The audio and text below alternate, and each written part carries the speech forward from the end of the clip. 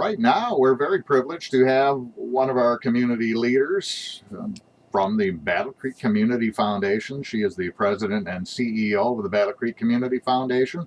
Brenda Hunt is in our studio. Good morning. Good morning. How are you? I'm very good. You know, it's you probably noticed this, and a lot of people have. You know, just about everybody who comes on this show at some point acknowledges the help they got from the Battle Creek Community Foundation, or we wouldn't be able to help these children, or we wouldn't be able to make this program work, or we wouldn't be able to, get this project to save a downtown building going. I mean, you guys are into a lot. Well, it's we serve at the pleasure of the community now for 45 years. It's our 45th anniversary. Is it really? Yes. 45th. Now, how did it all get started? Well, there are a few community leaders going back to Elizabeth Brenda, and Russ Mobby was in there as well, but the Kendalls, and of course our good long-term colleagues at the Miller Foundation, Bob Miller Sr., all put some dollars in to start a community foundation so that all the community would have access to endowed philanthropy. It's funny you mentioned the Miller Foundation and Dr. Mobby with the Kellogg Foundation. These foundations, leaders there helped create more foundations. They sure did. Elizabeth Brenda served on our board for 23 years. Sadie Penn served on our board for 24 years. So a long, rich history, and their vision and foresight is why we're here today. A lot of that guidance and that leadership by those volunteer boards of governance throughout those years are why we're here to help so many different places. And we exist because of the generosity of this community. How does it work? I mean, do you guys have like a machine down in the basement that prints money, or they're just investing, or how does it work? Yeah, we're very fortunate. We do invest our assets and we spend the earnings. We also take in grants from other sources and re-grant those. And some folks are familiar, like some of the events that you see in town, you see our name hooked with them. We provide fiscal sponsorship as well. So the dog park, for example, all those funds are flowing through us, and that's a service that we provide called fiscal sponsorship. And we actually have a separate corporation now that's handling all that, but it allows citizens to get so involved and to create these great opportunities for our community. We're going to talk to a couple of people involved in that dog park tomorrow morning on the show. Wonderful. You mentioned 45th year for the Battle Creek Community Foundation. Any big plans to celebrate that? Sure. We're going to have our annual meeting on August 14th. It'll be downtown at 5 o'clock. And what's pretty exciting is, a few years ago, we almost lost our ice rink. And what's really exciting is that we were able to work with people. It's privately owned now. A lot of good work's gone on there. A lot of kids that go down there and skate and play hockey. And we'll be having our annual meeting inside the ice rink. There won't be any ice, but there'll be flooring in that rink. And it'll be a great celebration. Is the flooring something new? Yes, we're going to work with the owners of the rink. It's got to have a floor installed in it. It's a temporary floor, but it allows for year-round use. So we're pleased to be able to have our annual meeting there and then just increase the asset and the use of the rink for our community. Well, that's great. I mean, it is right down in the middle of everything, so a great location to be doing something like that. Yeah, in the wintertime, it's great when they have the open skates. We have one that was sponsored by our youth group, and there were high school students lined out the doors waiting to get in there on a Friday night. Talk about a place to hang out. I think young people are looking for stuff like that. I was amazed. I went to a bowling alley recently, and it was swamped with young people. So they're looking for activities like that. Absolutely. Is this my perception, or is it actually true? It seems like the Battle Creek Community Foundation in the last few years has just stepped up its game. I mean, it's always been very busy and very big, but it just seems like you're doing even more.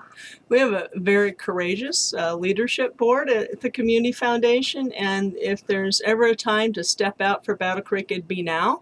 And they've been allowing us to do some more unusual, courageous lead activities. Obviously, the loan to put the roof on Heritage Tower Mhm. 2 years ago was way before all the parties were together to try and make that inevitable, important project take place for our community.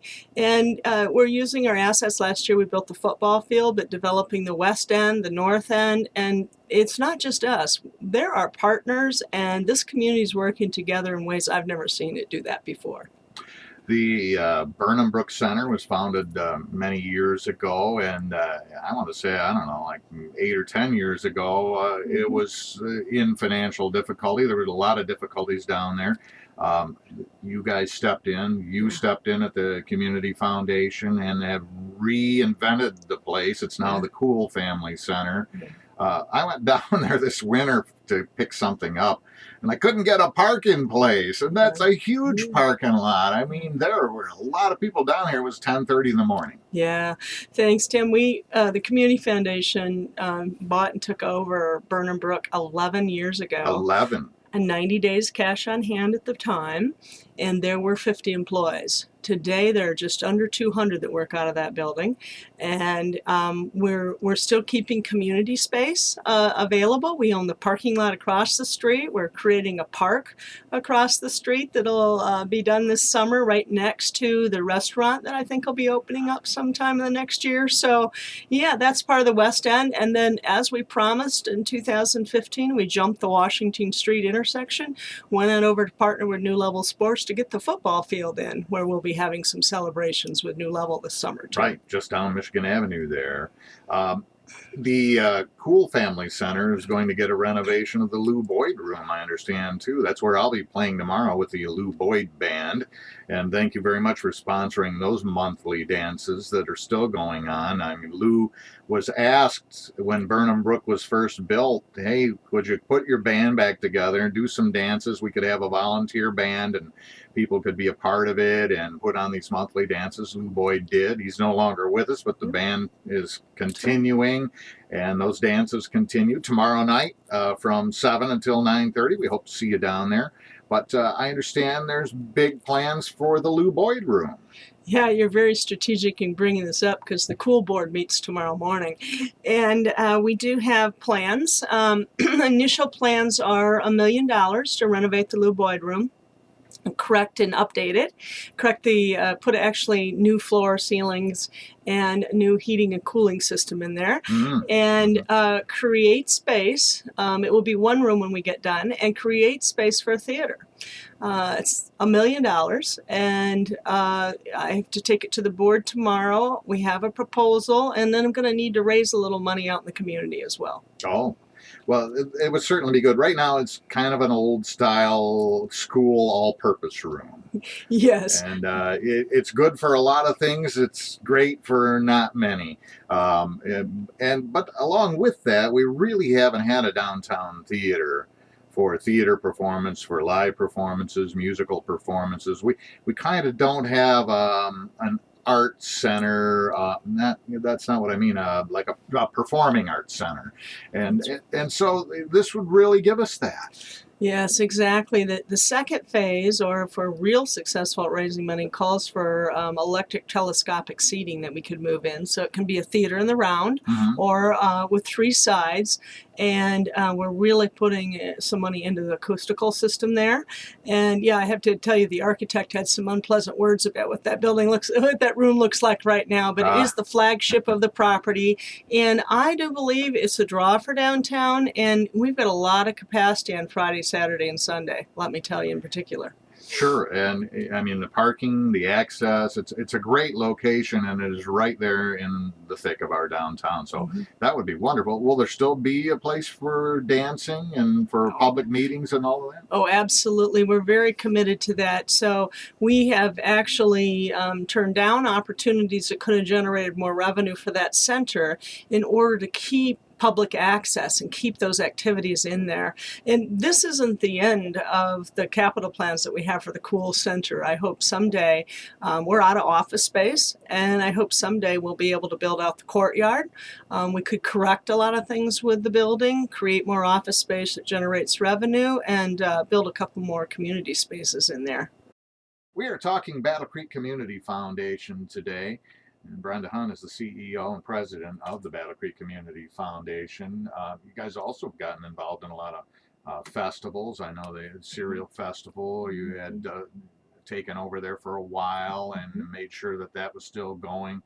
And now we've been hearing about the Summer Festival, which is coming up in August. Yeah, the International Summer Festival, new location this year, up on the what we call the new Gateway, with Kellogg Community College and American Association University Women Collaborative, right up there at North Avenue and Roosevelt. Went by this morning, and it is under construction.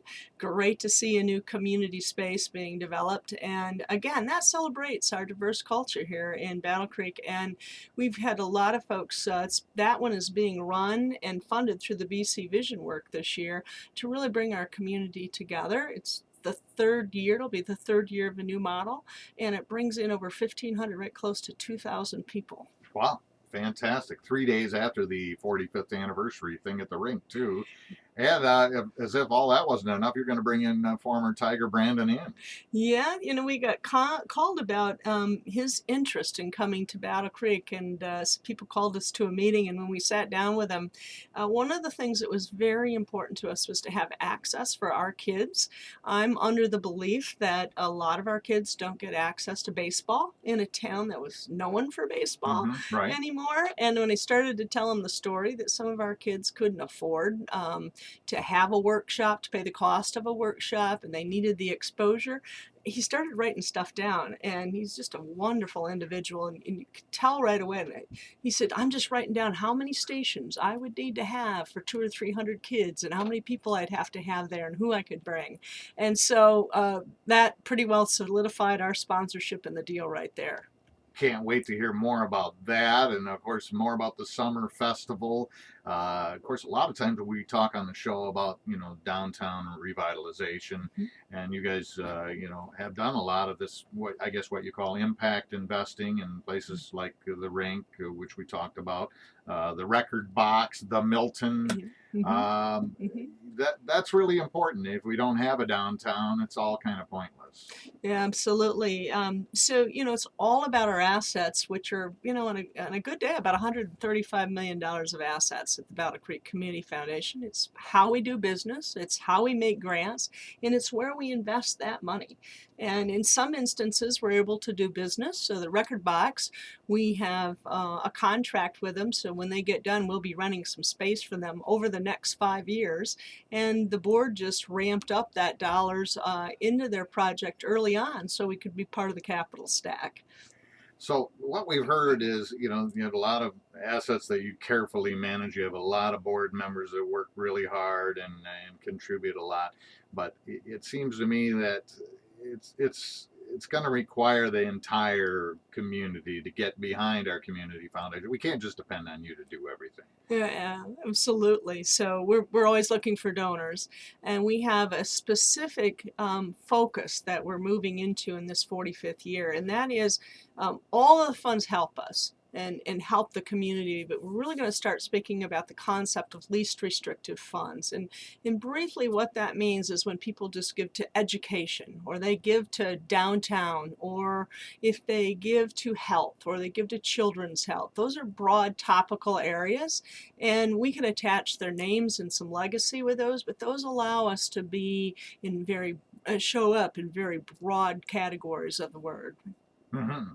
And now, so anybody can donate to the community foundation. Anybody can help. What's the best way to get involved and do that?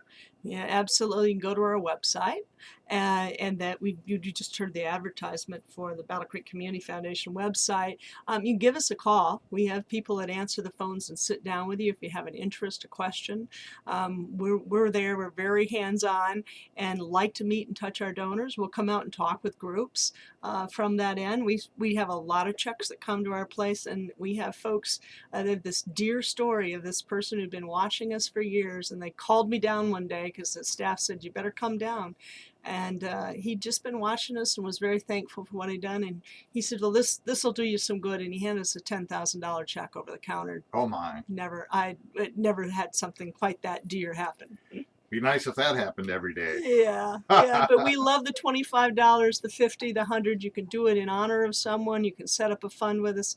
We have a we're very blessed with very talented staff that really support this community and understand that we are here to serve the community and our donors. We see the impact every day of the work that the Battle Creek Community Foundation does. So you don't have to worry about that part of it if you decide to donate, and we hope you do. Brenda Hunt, thank you very much for joining us today. My pleasure. Good to see you.